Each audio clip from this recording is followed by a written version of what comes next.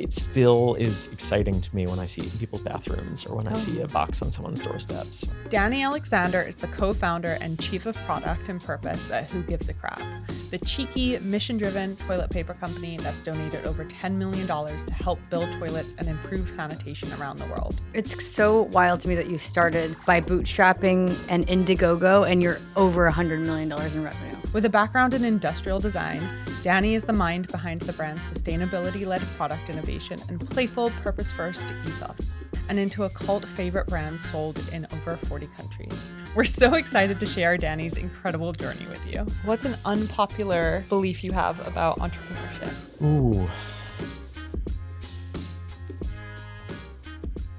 Danny, welcome. Thank you. We're Great so to be excited here. to have you. I've kind of heard tidbits of your story, and that was already super exciting. So I'm really looking forward to getting into something a little bit deeper. But for the audience, can you just talk to us a bit about your background and like previously to Who Gives a Crap and what kind of led you into it? So I was born on March 13th, 1984. Fast forward a little from there. No, it's perfect. Okay, we want to great. go year by year. Go deep history.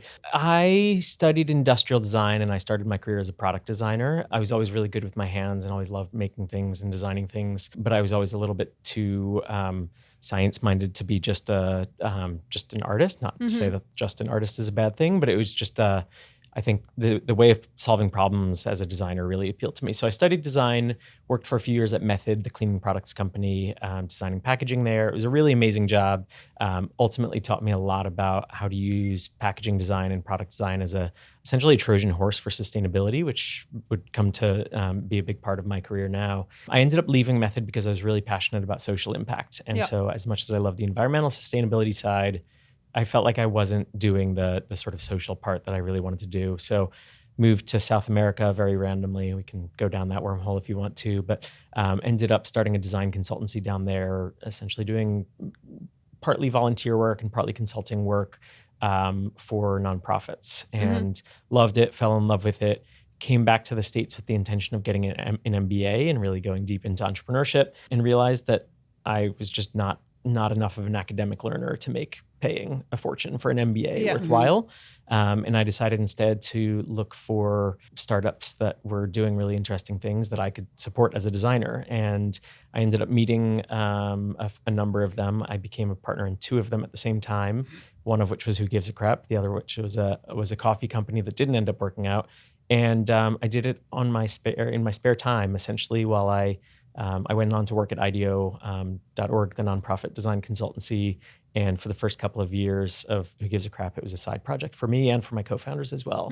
But I met them, fell in love with the idea. We launched it together, and 12, 13 years later, still doing it. I definitely want to talk about co-founders at some point as well, because it's so rare that like co-founded companies get to live on with all of the founders still being a part of it for so long. Yeah. But super easy, never drama. Yeah, exactly. Never. I'm sure. Yeah. Still best friends. Yeah. But 2012, you guys started it, right? Yeah, so that sounds about right. It's been a while. Yeah. And it was with two of your friends in Australia.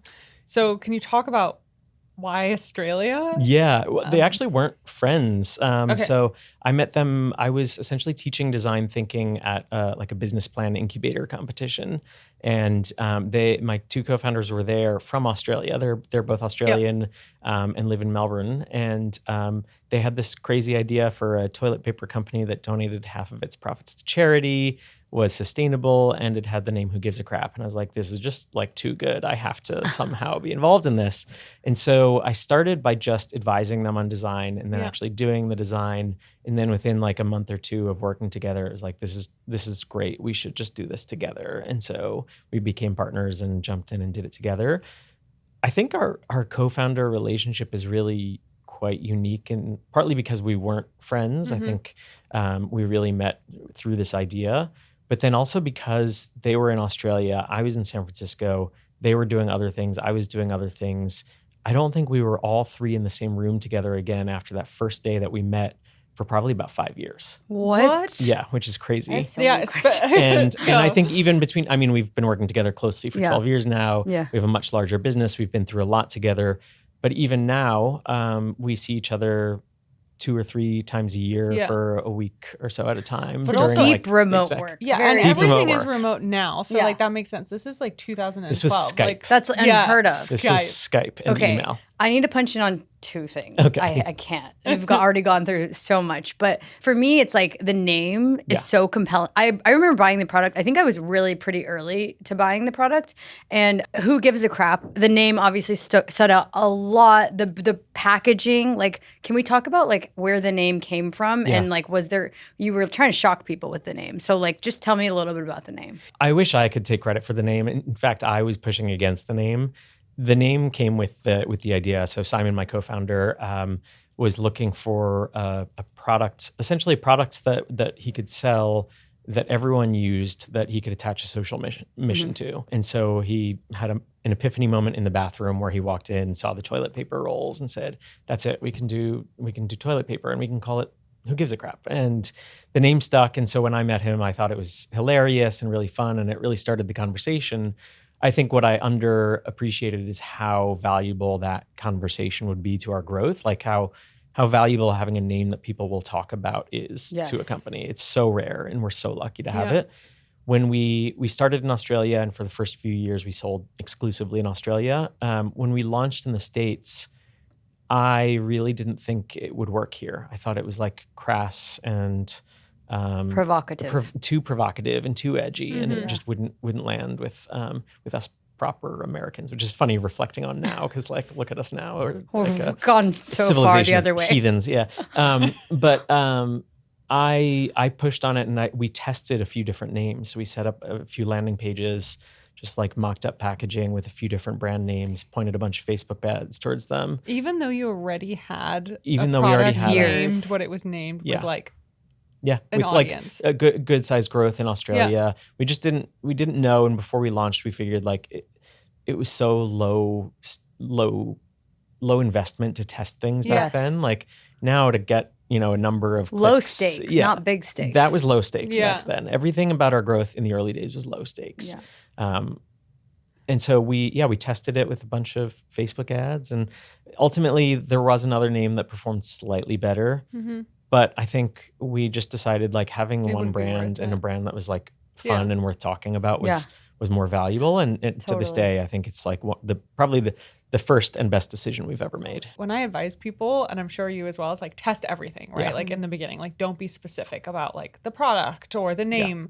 But I would never think that once it's already a pretty big business, even in a different country. Like I would never think like, oh, we can still iterate on the name. Yeah. I mean, that I love that. I mean, we started as ball bangles, and that was not smart, So basically, do you piss people off with that name these days? For Because sure. I would imagine people are still upset. For sure.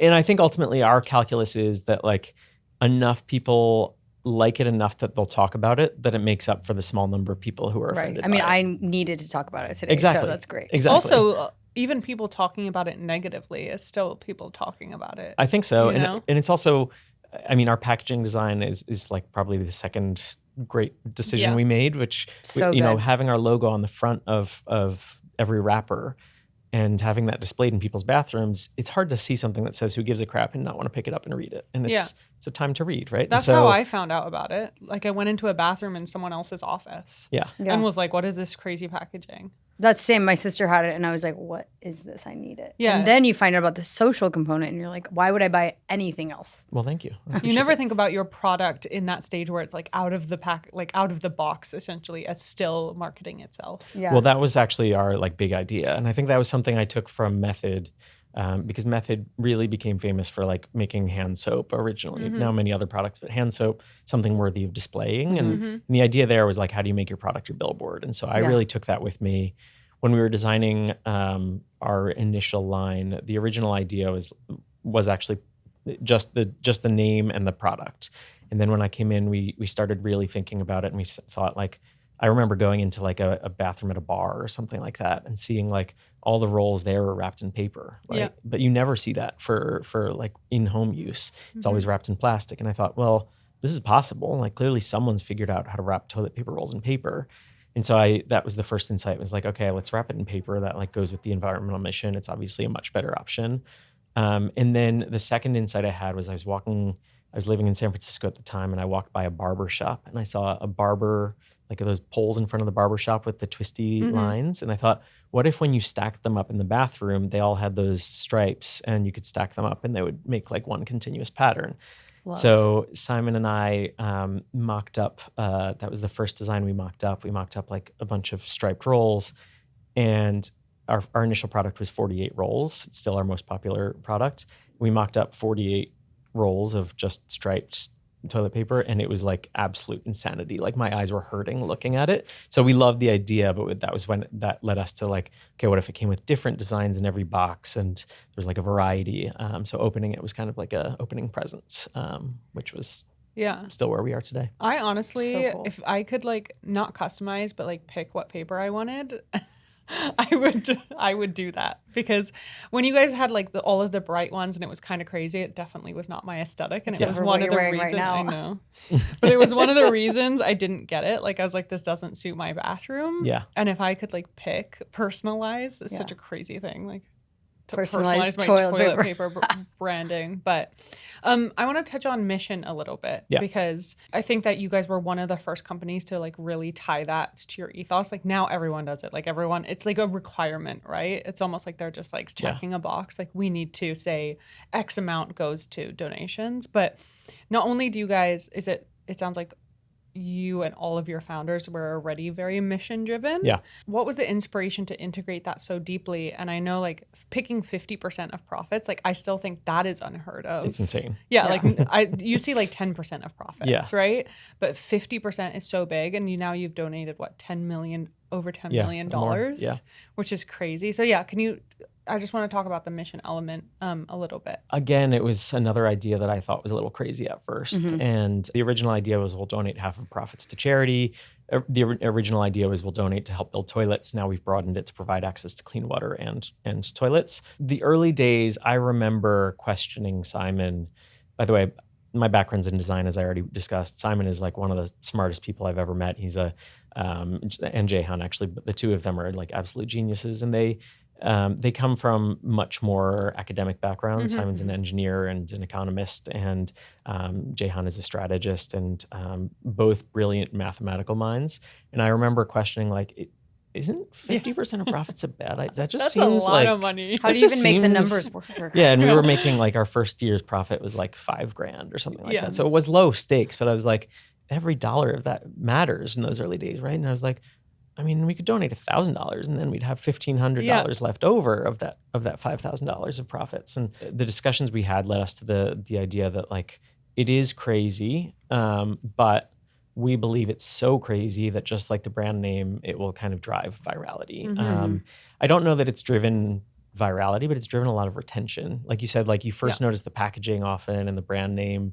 And then on the back of every package, we write a little story. Our copywriters are absolutely brilliant, and they really do a great job of illustrating why our products and our brand make a difference, and how our customers are making a difference. And that just has driven incredible retention and loyalty, which hands down has paid for itself. So that $10+ million that we've donated, we would not be anywhere near where we are today if we had spent that in marketing. So I think from not that it is a marketing expense, but if it had been, it would have been worth it. I do think like you said, there is a bit of like cause washing these days. I think we've essentially made it essentially impossible in our constitution to change the donation model. So it is who we are, and I believe it always will be. I think there are a number of companies who I've seen recently saying like, we donate a portion of profits and then never disclose it, and there's like really not much transparency. I see that 24/7. Shady. Like anytime something happens in the world, every brand jumps on it and is like, for today, we're donating some profits. It's like, to where, what, like it just feels like such a marketing tactic. Also, calculating the profits of a certain day is really hard. Because like, how do you factor in all the? It's like I do think the challenge of that is that customers have become, I think especially with sustainability, like greenwashing was so extreme and still is so extreme that we found in our research that like the more we message our sustainability, the less customers trust us, which is crazy, right? Really? So like we have carbon neutral shipping. We were one of the first companies to do that. We wrap all of our products in paper instead of plastic. We donate half of our profits. Like I said, we do all of these amazing things. The more we talk about the environmental side, the more we would lose trust of customers. And it was because essentially, if you say this product is made with 100% post-consumer recycled paper, they would say, oh yeah, but I bet they didn't sort for this chemical, right? Or Yeah. I bet that they're doing something else bad. I think there was just so much skepticism because everyone had some sustainability claim that they just kind of canceled each other out. And so what we found is that our donation message is actually like a much more effective way of giving a halo benefit. If you say you donate half of your profits to charity, and you can demonstrate it, I think it implies that you're doing a lot of other things well too. That you care Nice. in general. Yeah. Especially when it's been part of your like core offering from day one. Totally. Yeah. It sounds like you guys really think about like virality and marketing in every single element of the business. Yeah. And I think that leads quite well to talking about like how you guys launched, because you bootstrapped at launch. Yeah. Obviously you guys still had jobs for years. Yeah. But can you tell us a little bit about that launch and like how it came about and what you guys did? Yeah. We bootstrapped for 9 years actually, which is crazy. Whoa. Yeah. We were like extremely lucky and very, very careful about how we spent money. We still are, but yeah, so the launch, we had no money. We actually did try raising capital in the early days, and okay, we were in a low margin category with a ridiculous brand name, and we were donating half of our profits. Like no investors really took us seriously, and so essentially we were the only ones who believed in ourselves. And so this was the early days of crowdfunding, and we decided to launch a crowdfunding campaign, and we realized like on what platform? On IndieGoGo. Okay. And IndieGoGo takes equity, or it's just like it's same as Kickstarter. Yeah. Okay. Same as Kickstarter. Yeah. Back then, I don't know what they are today, if they are today, but back then they were more of a cause-driven platform, and Kickstarter was more of a like fund your business or your like creative project. And so we launched on IndieGoGo, and we'd read studies that like the faster you can get to $50,000, I think it was, the better your chances of success, right? And so there's this like immense like difference of if you can get to $50,000 in like 48 hours, your chances of succeeding are like 100%. Succeeding in terms of like closing the rest of the money you're asking for. And also just continuing the trajectory. Because that 50K, I guess, gives people confidence to follow. I think so. It's like, I don't need to read anything. If they got to this number. It's like the algorithm. It puts the campaign in like the top campaigns and all that. I think so, Bala did a Kickstarter, so I know this. There's a bit of like algorithm hacking to be done. And to be honest, this was like 12 years ago, so my memory is probably a bit fuzzy, so take all of it with a grain of salt. But the insight was like, or the idea was, how do we get this to be as shareable as possible and get as many people across the world to click on this? Yeah. And so we somehow convinced my co-founder Simon to sit on a toilet on a live stream until we raised $50,000. Was he actually? He was actually sitting on a toilet. No, but he wasn't Dressed. actually dressed. No, Okay. No, well, his pants were down. Really? He did have like skin-colored underwear that could barely be seen in the camera. But his pants were down. He wasn't like going to the bathroom. Okay. No, he was not going to the bathroom. That would have been the fastest investment ever. It was, get this guy. I mean, he is a man, work. so he probably sits in there and reads for 20 hours. Exactly. So yeah, it took us about 51 hours. And so it was like, he still says it was like the hardest 51 hours of his life. Did he For get me, to it was like eat? I was going to say, was he eating and drinking He and stuff? ate. Like someone was serving him So food? we set up we like had everything lended or borrowed at those days, and we set it up in a warehouse. So it was a toilet in a warehouse, so we could get a bunch of different angles and shoots and like shoot it from different angles. So he was able to eat. He did, when he had to go to the bathroom, he would cover the camera and get up and go to the bathroom. That was like the only time he would leave. And that was for a minute or two at a time. That's insane. That's I can so barely good. like sit here for I an know. hour. Okay, so I have a question too on that kind of goes back to the beginning. What year was IndieGoGo? And you mentioned that it was kind of a side hustle. How many years was it a side hustle? And then what made you change it to like a real hustle? I think the crowdfunding campaign was 2012. Like Or first maybe it year was of the business 2010. though? Was it first or? To be honest, I don't remember the Okay. years. They all blur together. Yeah. But when I met Simon and Jehan, it took us about a year to launch the crowdfunding campaign. Okay. And then it took us about another year to start selling the product on the site. Okay. And so it was about 2 years from when I met them to when we were like live. And I forget what year was what, Right. but it was about 12 or 13 years ago. It was a side hustle for me for probably 3 years. So for a few reasons, I think one was, as much as I had confidence in the idea, I think like many people I know, like I had college loans and we didn't have funding, and I just didn't have the privilege of like being able to take the leap with no backup. So I needed income. That was like the hard truth of it. The other part of it, though, was I think we were really conscious of growing at the right pace for the business. And I think this is where like our multicultural founding team was really helpful. Like I was living in California. I was like, let's raise capital and let's go, right? Yeah. Let's go. And I think that's a very American and very California way of growing a business. And I think can do a lot of damage. In Australia, I think it's a much more like, let's build a solid business and scale it at the pace that it wants to scale. And so we were, for the first year or so, we weren't investing anything in growth. We were just letting it grow by word of mouth. After that, we started investing a little bit, but I think we were all just kind of letting it grow and just doing our own things while we were figuring out how to do it full time. And so, it took about 3 years to jump in full time. The moment I knew it was time was I left my job in San Francisco. It was an amazing job. I was working at IDEO, which is like a dream job for most designers. And I met my wife there, and we both decided like, let's leave and let's go travel for a few months. So we decided to go to Australia for a month because I'd never been. We'd been running the business there for like 3 years and I'd never actually been.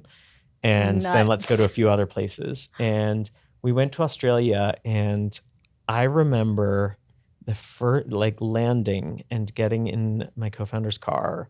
And on the way to the house we were staying at, we stopped at a cafe, and I went to the bathroom in the cafe, and our toilet paper was sitting on the back of the toilet. And I'd been running this business from afar. So I'd never seen it in a friend's bathroom or in a cafe bathroom. So that was like day one. And then day two, I went into like a friend's house, and they had it in the bathroom. And then I met someone at a farmer's market, and I told them what I was doing. And they were like, oh my God, I love that brand. It's so great.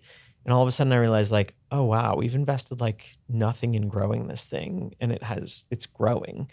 And I think just being there and feeling it and seeing it in its natural habitat, I guess, made me realize that this thing actually has legs. And the thing it's missing is like really a lot of intentionality around how we brand it and how we grow it and how we develop more products and things like that, which are the things that I love and I thought I could add. So that was like, I had some hard chats with my founders about like, I think I want to do this full time. And we figured out like I did it, unpaid for as long as I could, and then moved to South America where it was cheap and could live on like a pittance of a salary for a year or so.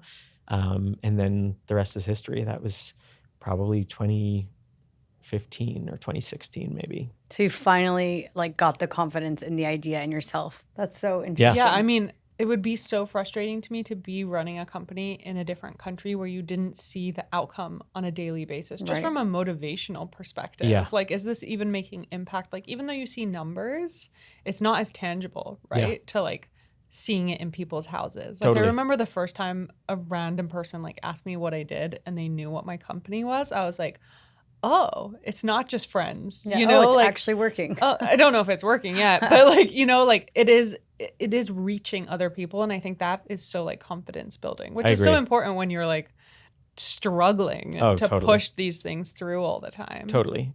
But I think because it was a side hustle for a long time, like I didn't need that always on confidence boost. Like I saw the sales were growing. I got the amazing emails from our customers. We were like answering the emails ourselves, answering the Facebook messages ourselves. Like I felt it, even though it was digital. Like I felt it. Yeah. It's probably like starting a software company or like an app company where like you're not seeing it in people's homes, but like you can feel it growing in other ways, I think. We just talked about this on a different episode about like how in the beginning how important it is not just to speak to your customers so that you know whether like this thing is good or not, but like how much like self like value it gives you to be like locked in. Totally. And like it's all you want to do actually. Like you just want to speak to people about the things you build. Totally. I will say like it's been kind of cool because we didn't launch in the States until like 2017 maybe. And it took the States is so big that it's taken a long time for us to like really gain footing. It's now a bigger market for us than Australia. It's our biggest market of our 3 major markets, but it still is exciting to me when I see it in people's bathrooms, or when I see a box on someone's doorsteps, or when I see it at a restaurant. So or like something 100 like that. times a day, basically, because it's everywhere. Well, in LA, it has grown quite a lot. But and I got a text yesterday morning from a friend in the UK. We just launched in like the biggest retailer in the UK, and she wrote our original copy for our packaging like 12 years ago. And I didn't even tell her we were launching there. She just sent me the picture, and it was like a great full circle moment for her and for me to like see it come to life 12 years later. So we have had this like unusually slow, it's been fast, but like kind of slow journey along the way. Yeah. It's so wild to me that you started by bootstrapping and IndieGoGo, and you're over $100 million in revenue. Yeah. I just can't even believe that. Yeah. Do you have any strategies? I mean, I know like one of my biggest mistakes is 2 years into the company, we launched in the US from the UK, and it sounds like you guys were in Australia only for a really long time. Do you have any strategies around like what you think really made a difference to getting to this size? And I think there's some virality elements that we can talk about, but also like I think focus is something that a lot of people don't think about in this day and age. And it was one of my biggest mistakes. Yeah. And building liquidity and perception in an area, like, can you talk about any of those things? Yeah. I mean, I think you touched on the 2 that I would probably say. The first is like, we try to treat, we talk about everything as marketing, and that's kind of a soulless way of thinking about it, but we do genuinely try to think about every touch point as marketing. So the emails that we send our customers, we try to make them good enough that they'll forward to a friend. Right. The packaging we make, we try to make it good enough that you'll want to display it on your bathroom shelves or kitchen shelves too. I guess You have paper towels too. We have paper towels and garbage bags and a whole other load of products now. But so that I think is probably the first thing, and I think that's still our biggest driver of growth. And so the reason that's valuable is kind of obvious, but it also amplifies all of your other marketing spend, right? So if you spend, for every dollar you spend, if you have every customer telling a friend about you, your cost of acquisition is half what it would be otherwise, right? And so it's an incredibly valuable tool. But I think you have to have a genuine reason for it to be interesting and exciting for people. I think you can't just think about it as like, how do I get someone to tell their friend about us? You have to like say like, what am I giving to this person to make it worth them talking about us? And it's not just monetary. It's like, how am I going to make them look good or feel good by talking about us? So that's the first thing. I think the second thing is related to how we bootstrapped and how we grew.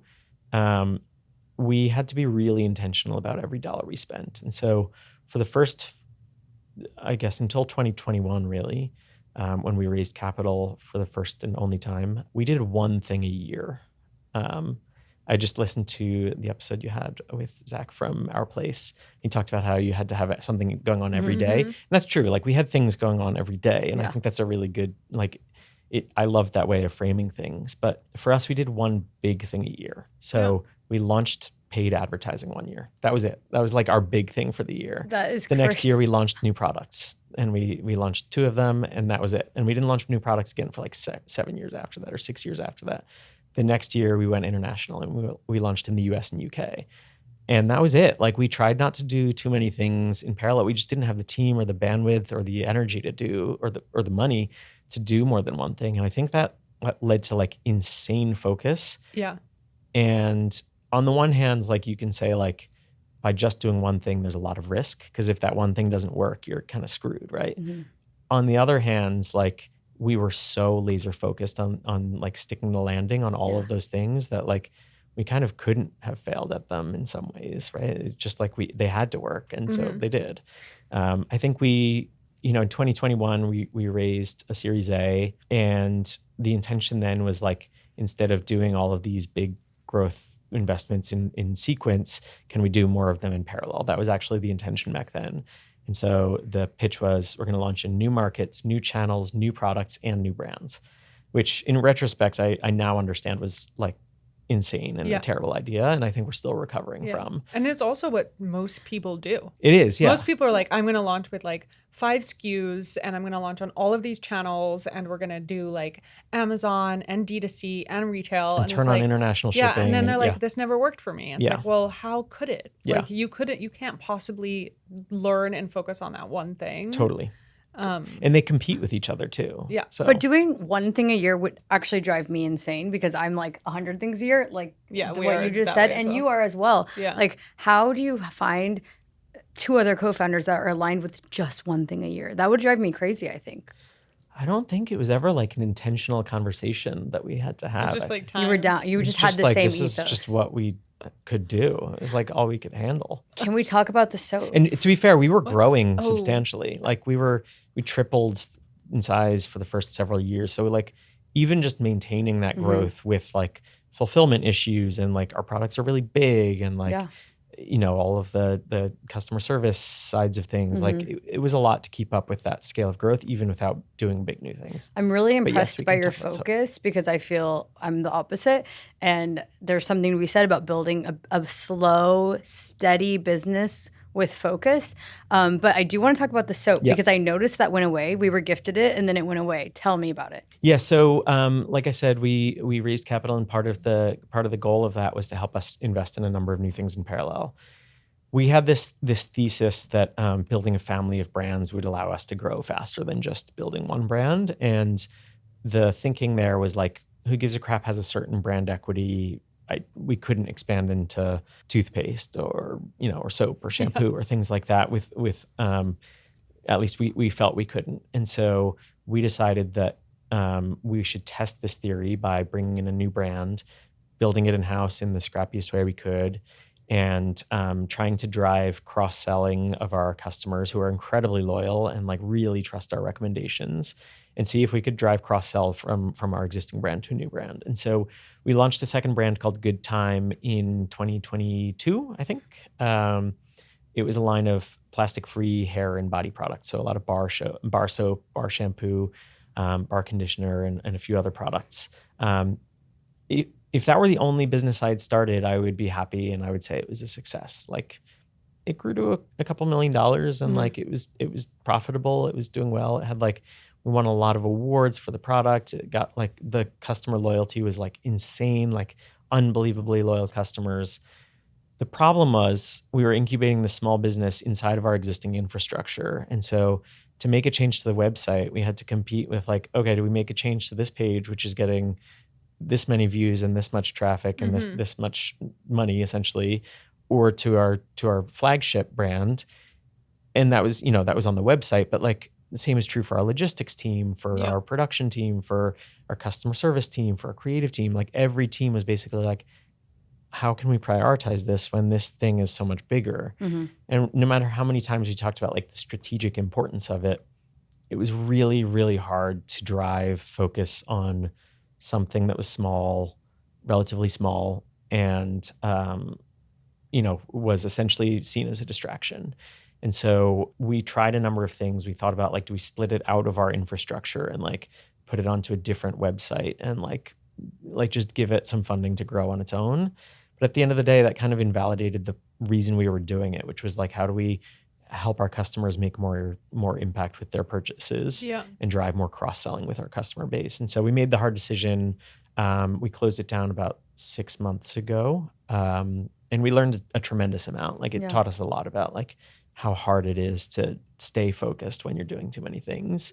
And I think we're still kind of unwinding some of the like scattershot approach to growth we took starting in 2021. I just think it's really good to talk about, like, not saying that was a fail, because you even said you said it was a success in your eyes, but it's like it didn't work with the company. I think it's like you see a company that's scaled to over $100 million in revenue and you think there's been no epic fails, and I think every company has a product that failed or like something that failed along the way. So I think it's good to bring those up. Yeah. Yeah. And also you think that once you've built a company to 100 million, you can like build 10 more and they're all going to get there. Yeah. And they're all unique. It's like, that's even with like a list of customers like you have that Yeah. are super loyal, you think like, of course this is going to be a win. Totally. Yeah. Totally. not that it wasn't a win, but like it was a win in the in terms same of way. the learnings we got from it. I think Yeah. we're like really valuable and like we're worth what we spent on it. Yeah. Was it like the best use of our time and resources and energy? No. But And also a massive learning from that is like what you need from a team infrastructure and the softwares you use and the way you run things to run $100 million business is so different from how to run a like under $10 million business. And I think that was like a couple of the big learnings for me. One was I think my co-founders and I still are probably somewhat naive about how hard it is to do things at in a business our scale, because we did everything ourselves the first few years. And like, I know how to turn on a Facebook ad. I know how to like build a web page. I know how to do all this stuff. I think we underestimate how hard it is to do things at the scale we're at now. And so we tend to like be willing to take on too much. And so I think we've learned that the hard way. And I think we've had to bring in like other voices to help us understand and like also amplify the voices of our team to like help us plan things and help us like figure out what the right level of ambition is. So yeah, that's been a really important learning. I think the other one is we became really focused on launching things, right? And so all of our goals internally were about like launch this thing by this date. And what we realized is like launching things is a really shallow and vain way of thinking about things. It's actually landing them that matters, right? Like and so I think, we learned that with Good Time, with the personal care brand. We also learned it in our international market expansion. So we're roughly equal sized now in the US, UK, and Australia. We expanded into Europe, and we had a big goal last year of like turning on a translated brand basically and starting to market in local languages. And we put zero budget and zero team behind it. And we were like, we can do it. Like, we're going to be fine. And we realized that like, actually, if we're going to do this right, we really need to invest in landing it, right? Like our brand and our tone of voice is so part of who we are. We can't just like hire freelance translators to do this and manage it on the side and expect it to work. Like we need to like actually invest in it. And so we decided to change course, and like we're relaunching in Canada instead now, where we don't have to translate, and we're investing much more heavily in like getting the launch right. So we're already lining up like hundreds of partnerships and like a big pre-launch campaign, which will go live soon. And I think we'll be in a much better place because we were being much more intentional about it. A new country as well is so much more than just like the market and the language. It's like a whole mindset that is different in the way that they buy and they think about buying. Totally. Is there a reason that you never wanted, and you may have just answered this, but never wanted to go through distributors? We do sell in retailers only in Whole Foods in the States, but in our other markets, we sell in some retailers. We really tried to focus on D2C as long as we could, just because that relationship we have with our customers is so valuable. In terms of going through distributors in other markets, I think we're pretty protective of the brand, and like because our brand is built on trust, we're just not willing to like sacrifice that trust for like by ceding control of the brand. Smart. Yeah. Is that the same reason that you guys just had one SKU for so long? Was it like a control thing, a focus thing, or more just like we just didn't have money or time or energy probably, like, and it was working. Like, I mean, it's so fascinating, this whole story. It's same with like launching, right? Like launching is like is an egotistical thing. Oh yeah. I think. Yeah. Like launching is for you so you can have that moment of noise, right? It's like that obsession with like looking at a post on Instagram. Totally. Like actually making that thing work is hard and is what the real work goes into. Totally and I think agree. people just keep thinking that like growing a business is about the next launch and the next launch. Yeah. And that is like 24 hours of success. Yeah. That once the noise is gone, like no one cares. Totally. Literally no one cares. And not even 24 hours. Yeah. Yeah. And like the number of times we like launch things and then I've talked to friends about it, so excited the next day, and they're like, you launched something? Yeah. Like, Yeah, they don't care. You don't read our emails? Yeah, they don't care. What? Because you're a product designer, can we talk just really quickly? Because I want to come out with some tactical things for people. Like, what do you think people don't consider, or like what's an oversight of like designing your own product? You know, it's interesting because I'm an industrial designer, so I studied like how do you shape the physical form of things, and that's like how I started my career. We now make products that are like the form is done, so we're just like essentially changing the packaging around it. Yeah. And we are doing some industrial design now, but not much. It's really you have not new our products now. Yeah. I think there are probably two things. One is that like every part of that experience, like just think about it as like a step-by-step experience, right? So like you get something in the mail or you buy it in the store, what side of it are you looking at? And then you bring it home and you put it on your table, what side is facing up? And then you open it and like, what does it feel like to open it? And then when you open it again, like open the flaps of the box, what do you see and what does it make you feel? And so I think we try to think about that like customer journey, not as a like you get to the site, you click buy and then you check out. Yeah. That's just the beginning. We try to think about it all the way through the actual product use. And we put a lot of detail into like, not just opening the package, but like a month later or 2 months later, like what's the experience? So in the bottom of all of our boxes of toilet paper, we have a couple of bright red or golds, depending on the line you buy, wrapped rolls, and they're called emergency rolls. Smart. Yeah, it was They're like so smart. It was just like when we were thinking about the journey, we're like, the most annoying thing about toilet paper like is running out. Like that's pretty high stakes, and like the last thing you want is like 9 p.m. like you're like about to go to bed and you realize you're out of toilet paper and you just have to run to the store to get more. And so we tried to make that a non-issue for our customers, and that kind of thinking drives a lot of love. So that's one thing. And then I think the second thing is it's really important, I think, to understand how products get made so that you can hack things in a cost-effective way. So if you understand like what I said earlier about like seeing the in a bar, seeing that they had paper wrapped rolls of toilet paper, for me that said like this is physically possible. There is a machine or a process somewhere that can do this. Now I need to figure out how to integrate that into like the quality of toilet paper you would get at home. And they actually, by the way, they are two totally separate supply chains. Like the stuff you get in your office or bar or cafe, the stuff you get at home, like the quality is different. Everything about them is different. So we actually did have to like translate the learnings, but understanding how things were made allowed me to like hack the sort of process to make it, which allowed us to do it in a way that didn't cost us an arm and a leg. And also I think that doesn't happen enough anymore because so many people just white label things and brand them. Like everyone thinks starting a company is just a branding experience. Totally. That there's no real understanding of how their product is made. Totally agree. So you're over 250 people now. How Yeah. involved in the day-to-day are you and your co-founders? Probably too much. Really? Okay. Answer. Yeah.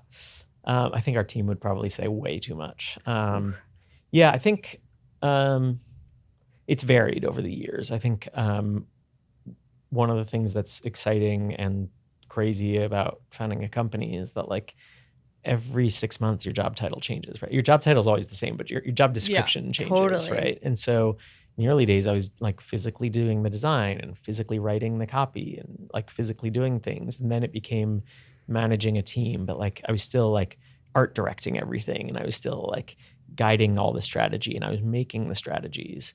And now it's a lot more about like, how do we create the right long-term strategy and build the right team structures and capabilities and mindsets that ladder up to that long-term strategy, which is just a really different skill set and way of thinking about things. And so I think that I spend most of my time there thinking about the longer term stuff, but inevitably, when we're launching new products or designing new campaigns, inevitably I get curious. Yeah, and, super into it. Get super into it. I feel like that's inevitable though when that's your skill set and that's what you love doing. Yeah. Like For when sure. you love product ideation or branding or whatever, like even if you have a team, it's so hard to step away from those things. Yeah, it is. We kind of want to touch on kids because I think this is really unique, and you have a baby that might come any minute. Your phone's not ringing off the hook, so hopefully she hasn't left you out of the... I think I would know. Yeah. Hopefully she called me. Hopefully she's like, you're doing a really important podcast. Probably no point. This is your big break, Danny. I don't want you to miss your big break. Exactly. For this little baby. But one of the things I loved when I first met you is that you describe yourself as like the primary caretaker of your kids, right? Like, and also you are the one who's taking the most time off when the second kid comes. Like, how did that come about? Because normally it's when one person doesn't have a job, or it's always the woman. Like, can you talk to us a little bit about that topic? My wife is more badass than I am, and so in some ways it's just like she needs to do her thing, and What's I don't her want to hold her thing? back. she now runs an innovation team within a big conservation organization called Conservation International. Wow. She's on a board on the side of her university and things like that. But she's to take a step back, I think when we first got married, we were working together. And then we took this leap of faith when I went to Australia with her, and we saw this brand in the wild. And I was like, I think I want to do this full time. But like, I told her honestly, like, I'm just not sure it's a good idea, and I'm a little terrified. And I remember vividly having conversations about this and her saying like, just you have to do it. Like, I'll take care of us for a few years. I'll find a job. I'll figure it out. And so we agreed then that we'd like take turns, kind of like taking the lead. Because I think we had equal ambition and like just very similar backgrounds, very similar experience, but like equal ambition. So like either one of us holding ourselves back would have not been good for our relationship. Right? Yeah. So she really took the sort of breadwinner role for a couple of years while, like I said, we moved to South America, so we could afford to live and do this. And I ran Who Gives a Crap for a few years until I could like take a decent enough salary to live on. And then we've kind of taken turns over the years of leaning in and leaning out. And when we had our first kid 2.5 years ago, she'd been running a startup basically.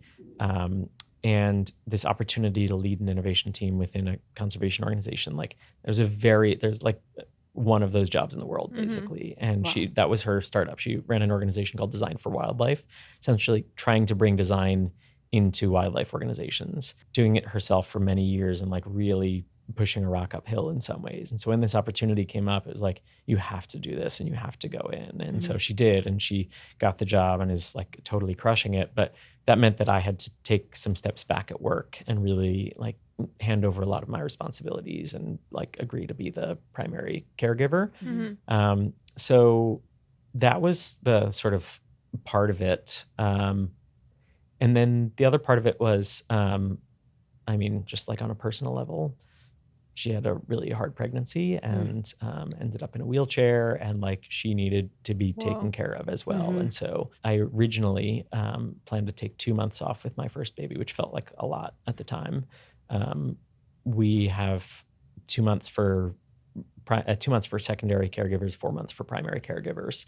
And I just assumed like I'm the dad, so I'm going to be secondary caregiver. I'll take 2 months off.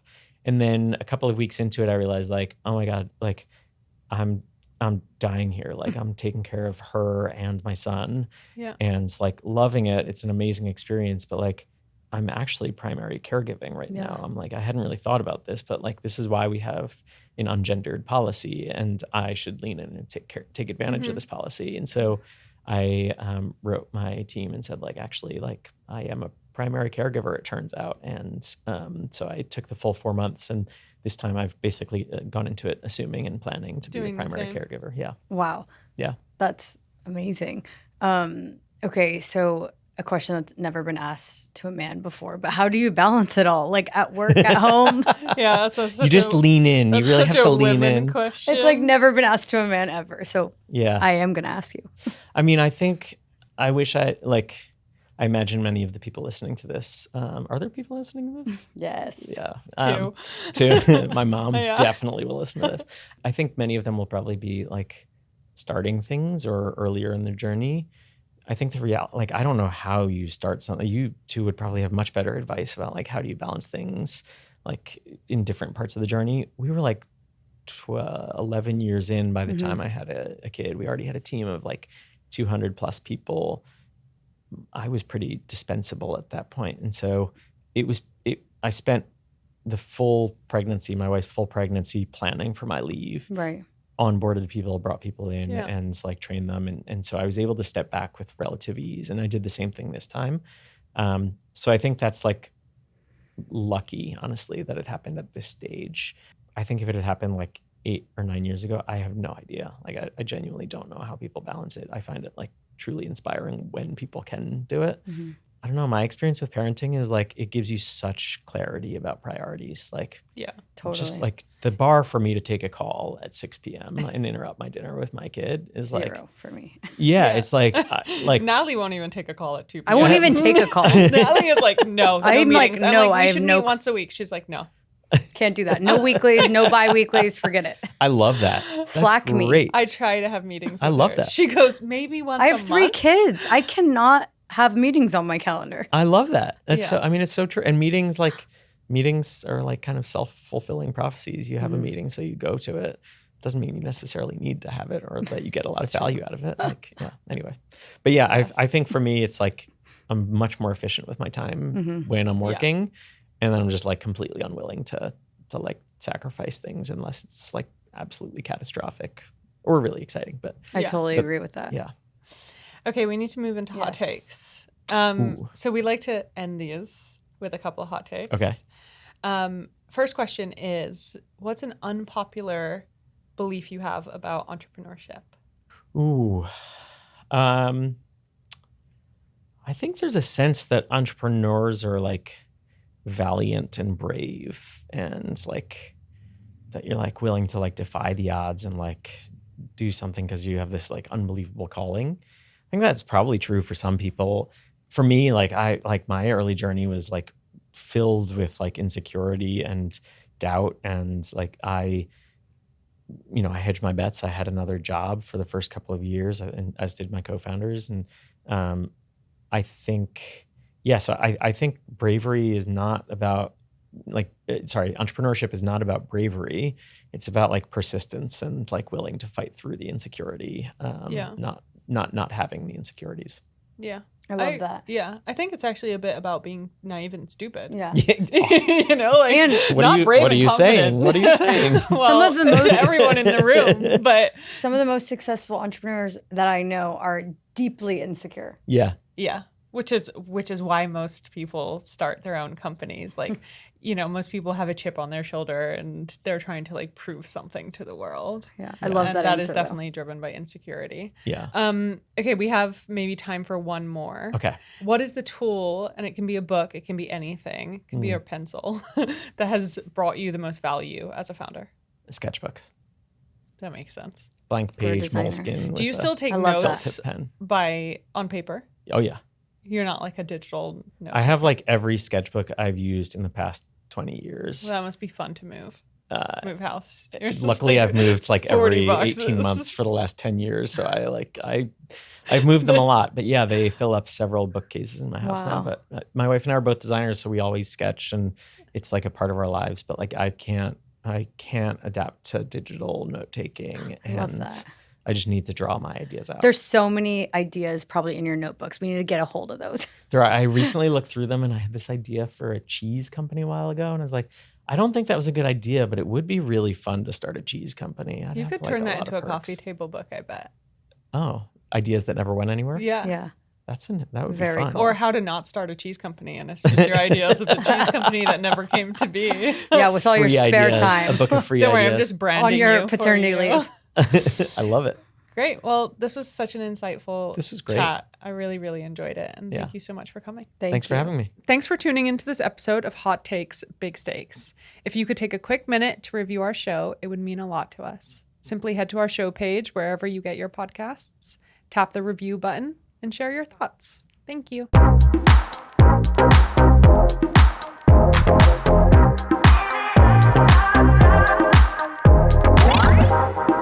Thank you.